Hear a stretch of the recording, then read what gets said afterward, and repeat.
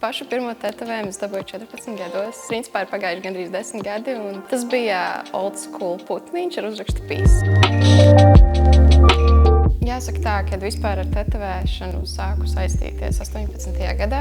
Tieši tad, kad man palika arī 18 gadi, palūdzu savai mammai līdzekļus, lai es varētu iegādāties mašīnīti un turpmāk arī trenēties. Es vienkārši nevarēju iedomāties sevi darām kaut ko citu, kā tikai tetovēt. Man patīk oriģinalitāte un man patīk dažādība, bet principā es esmu gatava arī eksperimentēt, kamēr es atrodu kaut ko, kas tiešām ir 100% mans. Tad, kad es biju maziņa, kopš sevi atceros, man patikusi smagā mūzika. Es skatījos vienkārši koncertus un es redzēju, kā uz skatuves ārdās cilvēki ar tetovējumiem, un kopš tā laika man vienkārši tas viss ir paticis, licies pievilcīgi un tā kā foršs veids, kā parādīt pasaulē, kas tev patīk, kas tev interesē, kā tevi tā kā atšķirt no citiem cilvēkiem.